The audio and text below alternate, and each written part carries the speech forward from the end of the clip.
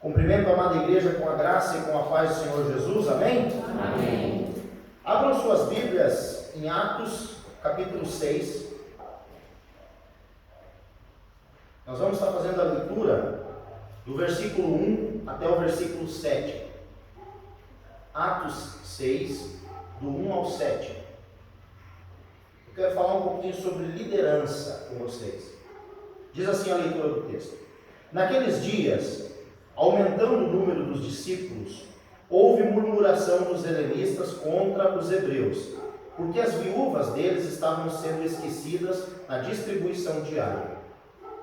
Então os 12 convocaram a comunidade dos discípulos e disseram: Não é correto que nós abandonemos a mesa de Deus, não a palavra de Deus, para servir as mesas. Vou ler de novo. Então os 12 convocaram a comunidade dos discípulos e disseram: Não é correto que nós abandonemos a palavra de Deus para servir as mesas. Por isso, irmãos, escolham entre vocês 7 homens de boa reputação, cheios do Espírito Santo e de sabedoria, para os encarregarmos desse serviço. Quanto a nós, nos consagraremos à oração e ao ministério da palavra. O parecer agradou a todos. Então elegeram Estevão, homem cheio de fé e do Espírito Santo, Filipe, Prócoro, Nicanor, Pármenas e Nicolau, prosélito de Antioquia. Apresentaram estes homens aos apóstolos, que orando lhes impuseram as mãos. A palavra de Deus crescia e em Jerusalém o número dos discípulos aumentava. Também um grande grupo de sacerdotes obedecia à fé. Amém? Oremos. Senhor Jesus, muito obrigado pela tua palavra. Pedimos, ó Deus, que o teu Espírito Santo traga nesse momento cativo o nosso entendimento, para que nós venhamos, ó Deus, compreender as riquezas, as verdades, ó Deus, da tua palavra. Senhor, que o teu Espírito Santo esteja iluminando o nosso entendimento e o nosso coração, ó Pai. Em o nome de Jesus nós oramos. Amém. Amém. Queridos, como eu falei, hoje eu quero falar um pouquinho com os irmãos sobre liderança. Como ser uma liderança eficaz para os dias da atualidade. Eu ouvi certo pastor, e provavelmente essa frase não é dele, ele copiou de alguém também, que disse que nós estamos preparados. E a igreja está preparada. Nós temos todas as respostas do século XIX. Nós estamos preparados para o século XIX e não para o século XXI. E muitas vezes, irmãos, eu olho e vejo falhas na igreja, e quando eu falo na igreja, não estou me referindo só à nossa, mas na igreja no sentido Brasil e mundo. Falhas essas que deveriam e poderiam ser resolvidas se a liderança fosse compartilhada, se os membros daquela comunidade local entendessem a função que eles têm e a obrigação deles dentro daquela comunidade. Eu já ouvi muitos crentes modernos dizer que boa era a igreja primitiva. E vem falar para mim, parecendo assim com um saudosismo no coração, e me parece muitas vezes que aquela pessoa queria experimentar o mover daquela igreja. Eu não nego, irmãos, que provavelmente deveria ser algo maravilhoso, impactante. Milagres, maravilhas e sinais acontecendo, pessoas e mais pessoas se rendendo a Jesus Cristo. Deveria sim ser algo maravilhoso, uma igreja maravilhosa, cheia da presença de Deus, mas longe, muito longe de ser perfeito, muito longe de ser perfeito, irmãos. Isso não é um versículo, mas poderia ser: pois onde estiverem 2 ou mais reunidos, ali haverá muitos problemas. Onde tem gente, tem problema. Onde tem pessoas reunidas, tem problemas. Há divergência de pensamento, há conflitos de ideias, há divisão em opiniões. O que é mais difícil de acontecer, meus queridos irmãos, e eu vejo esse sim como um milagre sobrenatural, é acontecer o que aconteceu no versículo 32 do capítulo 4 de Atos, que diz que naquela comunidade a mente e o coração de todos aqueles irmãos eram um. Você já pensou? que força a igreja teria?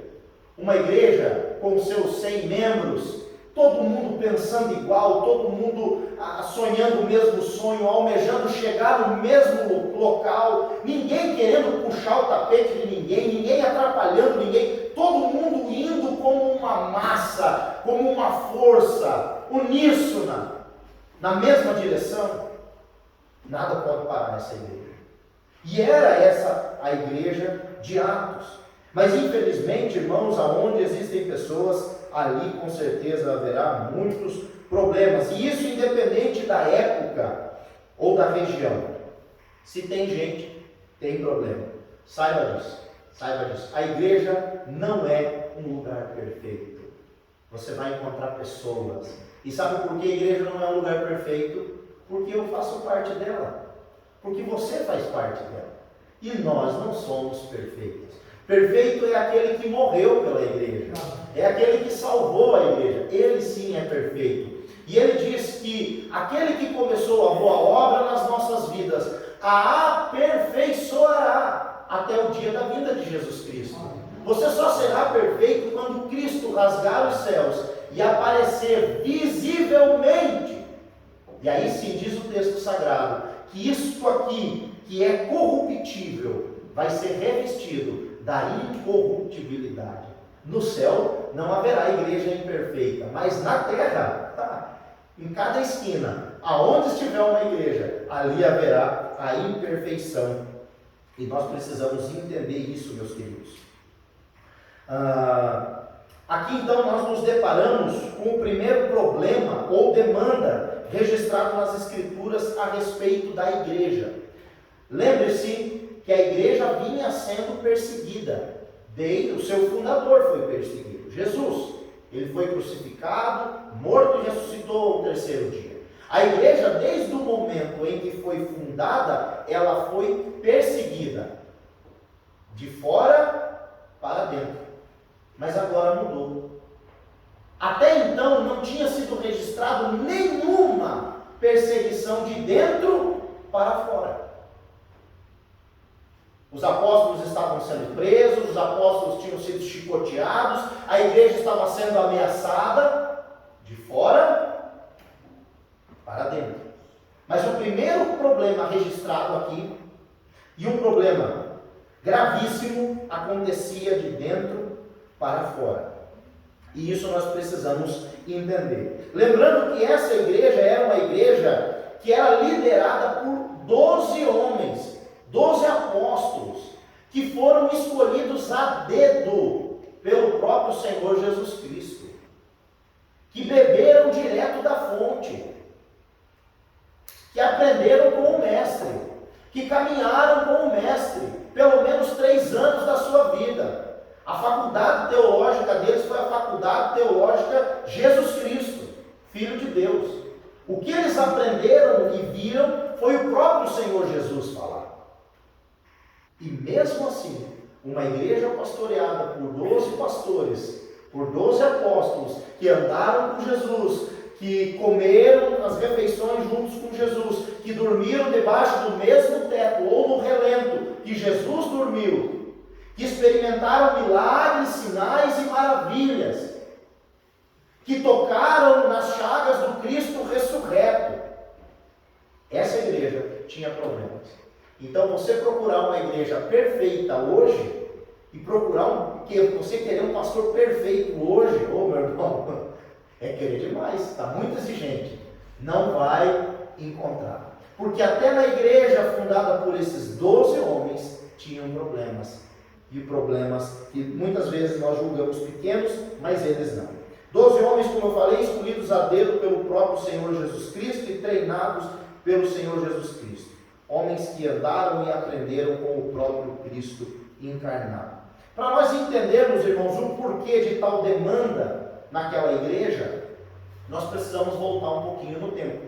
E é óbvio, como são 5 capítulos para trás, não vou falar detalhadamente, mas só pintar um pano de fundo para que você compreenda. No capítulo 1 nós temos a visão desses homens subindo o monte, porque Jesus Cristo disse, vão até o monte, aonde eu estou, e ali Jesus Cristo deu uma ordem para eles. Esses homens foram até o monte e lá eles foram abençoados com a promessa do Espírito Santo.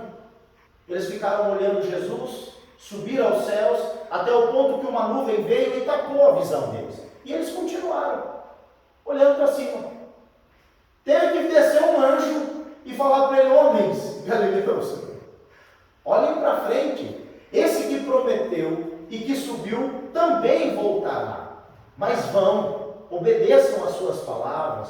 O campo aí está branco, tem uma colheita grande para vocês fazer. E esses homens então voltaram para Jerusalém, junto com as mulheres, inclusive Maria. Porque há uma crença aí, irmãos, que Maria foi arrebatada. Foi não.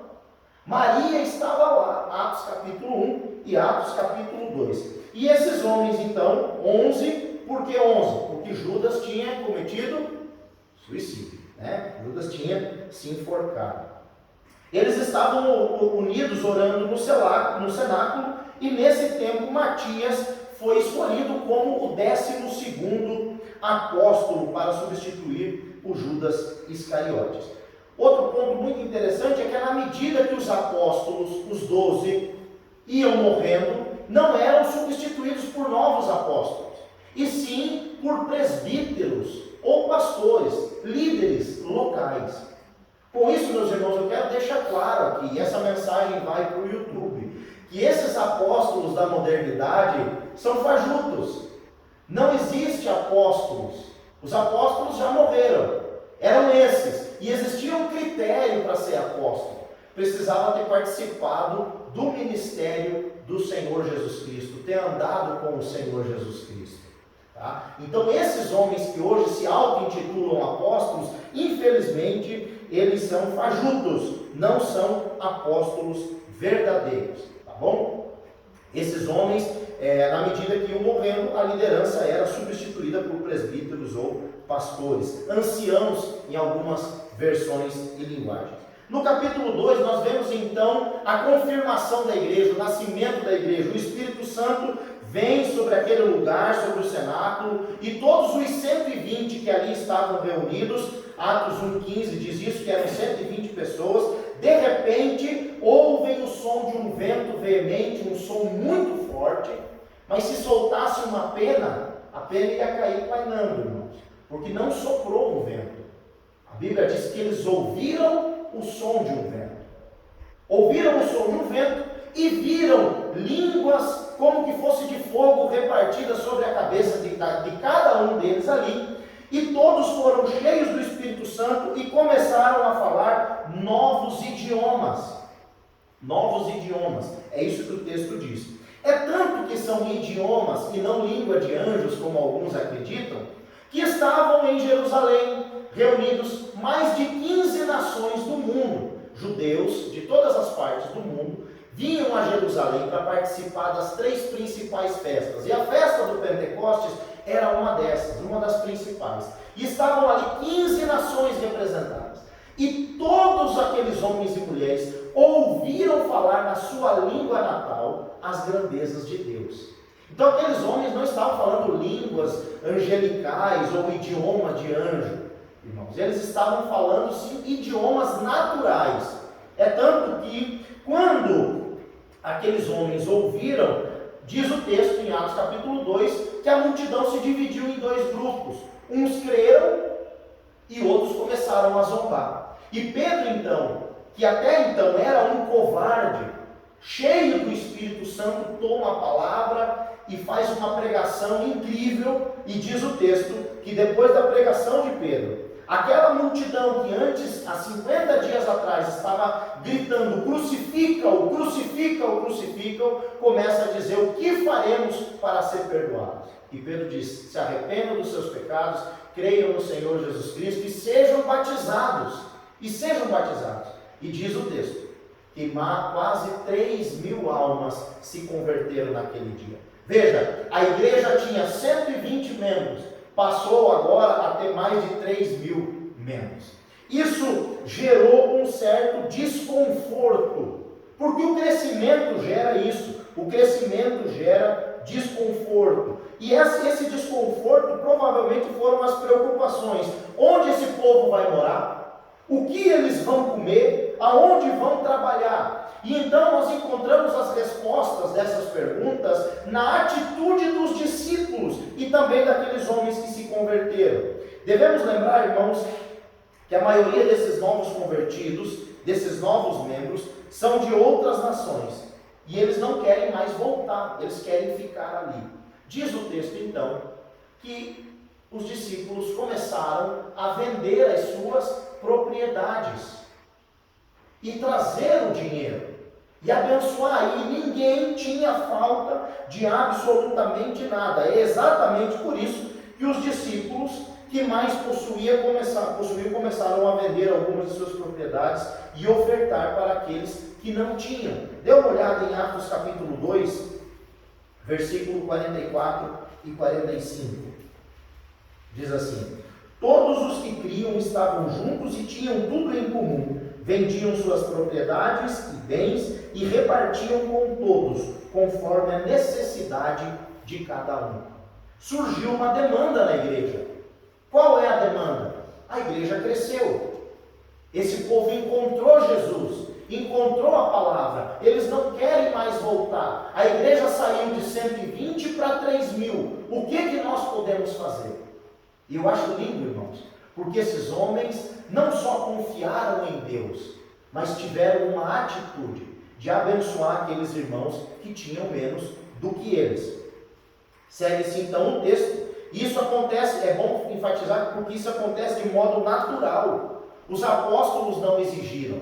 Os apóstolos não começaram a dar indireta dizendo: ô meu irmão, você aí tem 3 casas e tem gente que não tem nenhuma para morar. Não houve isso. Foi algo que o Espírito Santo tocou na vida dessas pessoas. E essas pessoas começaram então a abençoar uns aos outros, né? O capítulo 3 então se inicia com a cura de um homem pedinte que ficava na frente da porta chamada Formosa, uma linda porta que era polida de bronze.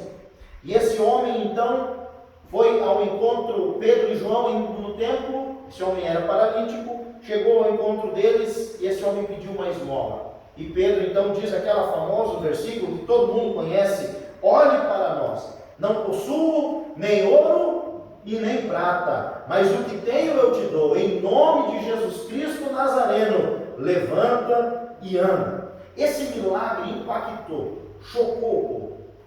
Todos ficaram admirados e espantados, diz o texto, porque viram e conheciam aquele homem que ficava na frente da porta pedindo esmola. E agora eles entram os 3 para dentro do templo. Na sequência do texto, de Atos capítulo 3, diz que se reuniu uma grande multidão ao redor de Pedro, João e daquele que era paralítico. Pedro não perdeu tempo, irmãos. Pedro não perdeu tempo. Logo que viu a oportunidade, começou a pregar para aqueles homens. E olha, escute parte da pregação de Pedro. Atos 3, do 15 em diante. Vocês mataram o autor da vida, a quem Deus ressuscitou dentre os mortos, do que nós somos testemunhas. Pela fé no nome de Jesus, é que esse mesmo nome fortaleceu a este homem que vocês estão vendo e bem conhecem. Sim, a fé que vem por meio de Jesus deu a este homem saúde perfeita na presença de todos vocês. Agora, irmãos, eu sei que vocês fizeram isso por ignorância, como também as suas autoridades o fizeram, mas Deus assim cumpriu o que tinha anunciado anteriormente pela boca dos profetas, que o seu Cristo havia de padecer. Portanto, arrependam-se e convertam-se, para que sejam cancelados os seus pecados, a fim de que da presença do Senhor venham tempos de refrigério e que Ele envie o Cristo, que já foi designado para vocês, a saber, Jesus, ao qual é necessário que o céu receba até os tempos da restauração de todas as coisas, de que Deus falou por boca dos seus santos profetas desde a antiguidade. Pedro não se calou. Na primeira oportunidade, Pedro então pregou Jesus Cristo, a salvação em Jesus Cristo. Devido à cura do paralítico e essa pregação, sabe o que aconteceu? Os apóstolos foram presos. Devido a essa pregação e aquela cura, os apóstolos foram presos. E inicia o capítulo 4 com esses homens sendo levados para a prisão. Veja aí comigo, por favor. Atos 4, versículo 1. Enquanto Pedro e João ainda falavam ao povo, chegaram os sacerdotes, o capitão do templo e os saduceus, ressentidos porque os apóstolos estavam ensinando o povo e anunciando a Jesus, a ressurreição dentre os mortos. Prenderam Pedro e João e os recolheram ao cárcere até o dia seguinte, pois já era tarde. Note que a pregação daqueles homens e aquela cura lhes causou o quê? Uma prisão. E eles desistiram? Não, muito pelo contrário. Porém a semente tinha sido lançada, e diz o texto que mesmo Pedro e João sendo presos, muitos dos ouvintes creram no que tinham acabado de ouvir, pois eles anunciavam com grande ousadia Jesus Cristo ressurreto dentre os mortos. Atos 4:4. Porém muitos dos que ouviram a palavra creram, subindo o número desses homens a quase 5.000. A igreja começou com 120, passou para mais de 3, e agora, mesmo os dois pastores, os dois apóstolos sendo presos, a igreja deu um salto de mais de 3 para 5.000 homens. Era muita gente chegando, A igreja de Cristo estava crescendo, e com o crescimento começaram as prisões e muitas ameaças. Diz o texto que aqueles líderes religiosos não podiam bater nos apóstolos, não podiam matar os apóstolos, nem tanto segurar os presos por conta do milagre. Então eles ameaçaram, e ameaçaram duramente. Atos 4:17 e depois o versículo 21. Porém a resposta de Pedro e de João diante daquelas ameaças continuava sendo a mesma. Veja aí, Atos 4:19. Mas Pedro e João responderam: os senhores mesmos julguem se é justo diante de Deus ouvirmos antes os senhores do que a Deus, pois nós não podemos deixar de falar das coisas que vimos e ouvimos. Mesmo diante das ameaças, aqueles homens continuavam anunciando o Senhor Jesus Cristo. Quando a igreja soube disso, sabe o que a igreja fez? Pedro e João chegaram para os irmãos e falaram: gente, vocês não sabem o que aconteceu. Nós estávamos indo ontem para o templo. Sabe aquele homem, aquele senhorzinho que pede esmola? Jesus curou ele. E nós entramos no templo. E se reuniu uma multidão. E nós então começamos a pregar Jesus Cristo para eles. Eles ficaram bravos, prenderam nós. Mas está aqui, 2.000 almas se converteram ao Senhor. Nós fomos ameaçados. Falaram que nós não podemos mais pregar o nome de Jesus Cristo. Sabe o que a igreja fez? Diz o texto que aquela igreja orou e glorificou a Deus. Escute a oração da igreja.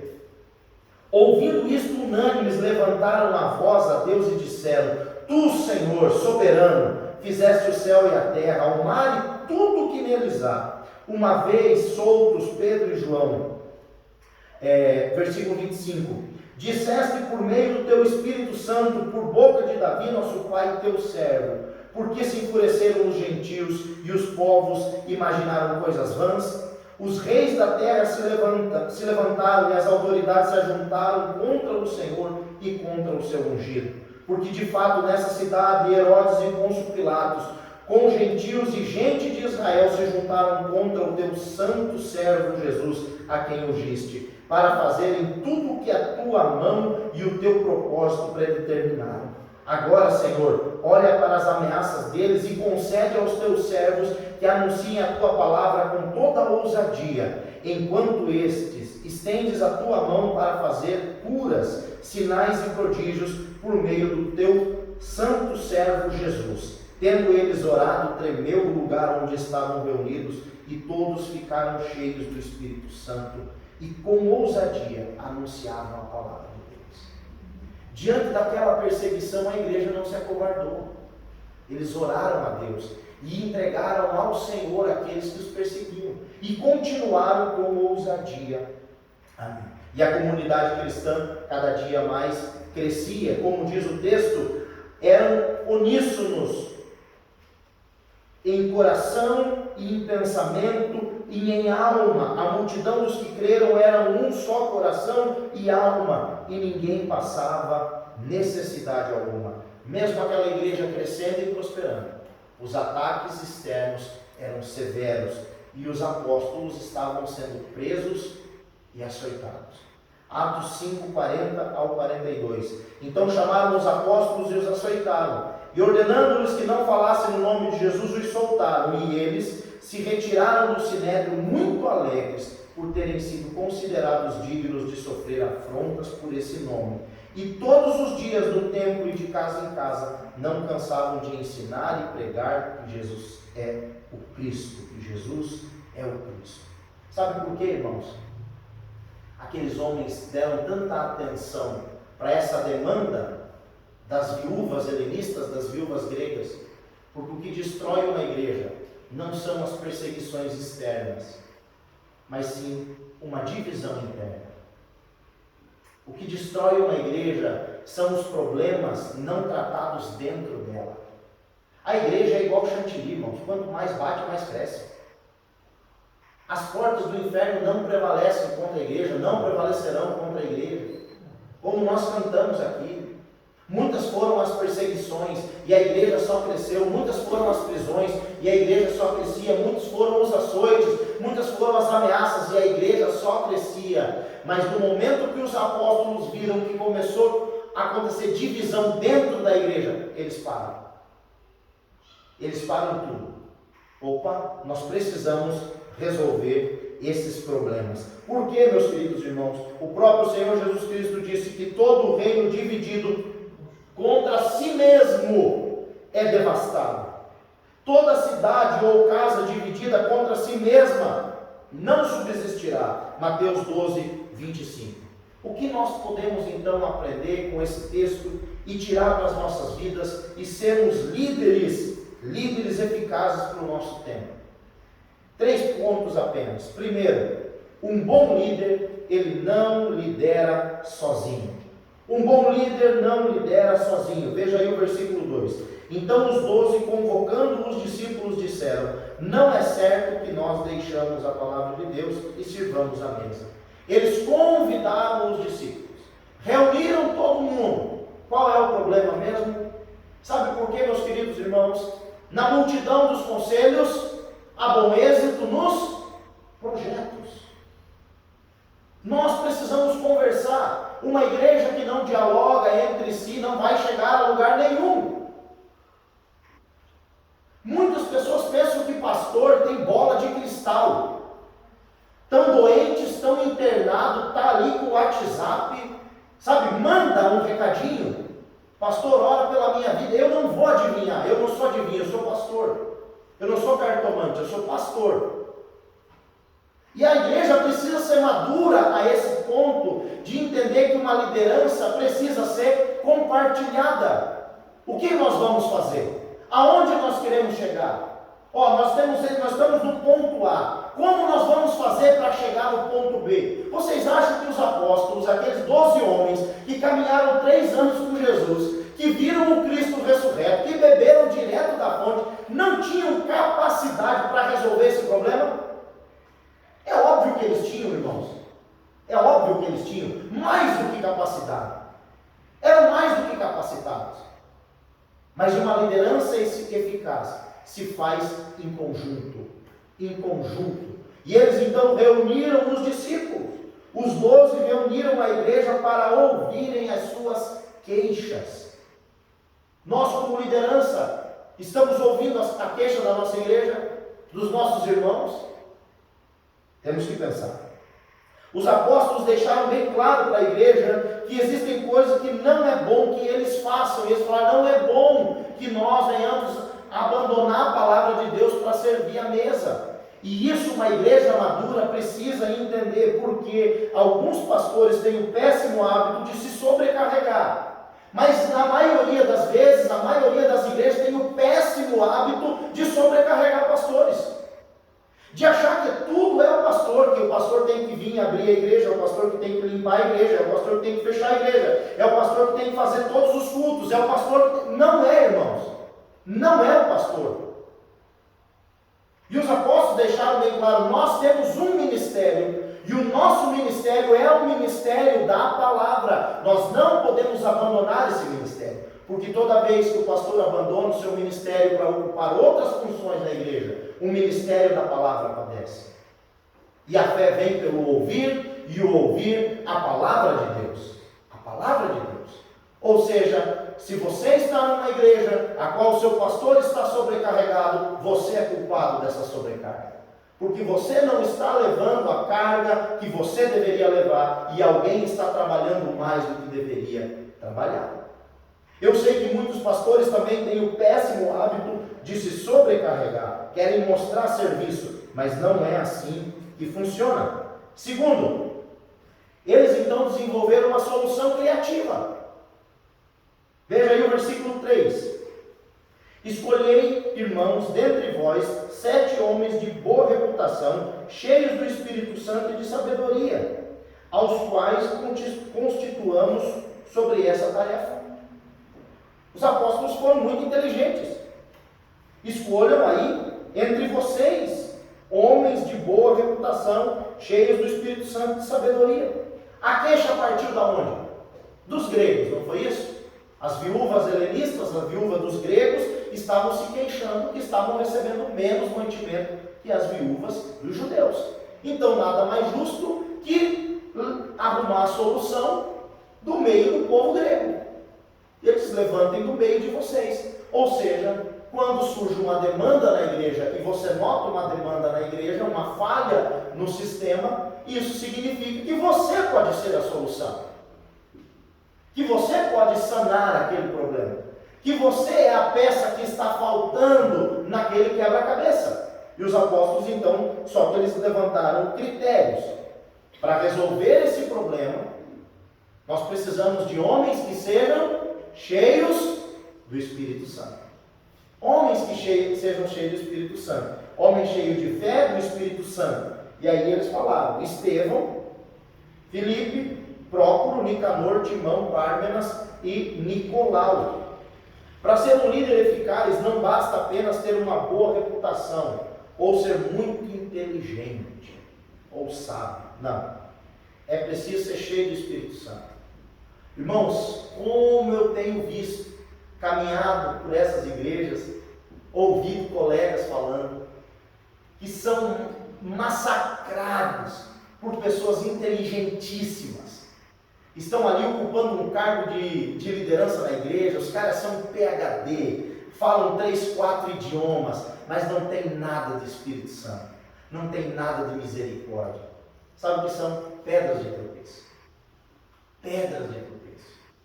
Muitas vezes nós valorizamos o diploma, nós valorizamos o currículo, mas não olhamos para a vida espiritual. E para servir na igreja, tem que ser cheio do Espírito Santo. Para trabalhar na obra, tem que ser cheio do Espírito Santo. É isso que nós precisamos ver. Porque como é difícil achar pessoas com essas características, irmãos.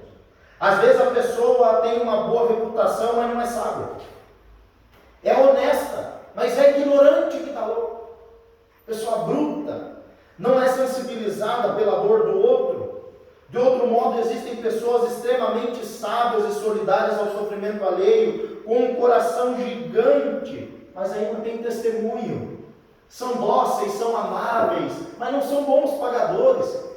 Bebe na praça, tem mau testemunho. Então veja, não adianta ter bom testemunho lá fora e não ser cheio do Espírito Santo. Esse perfil não pode trabalhar na igreja.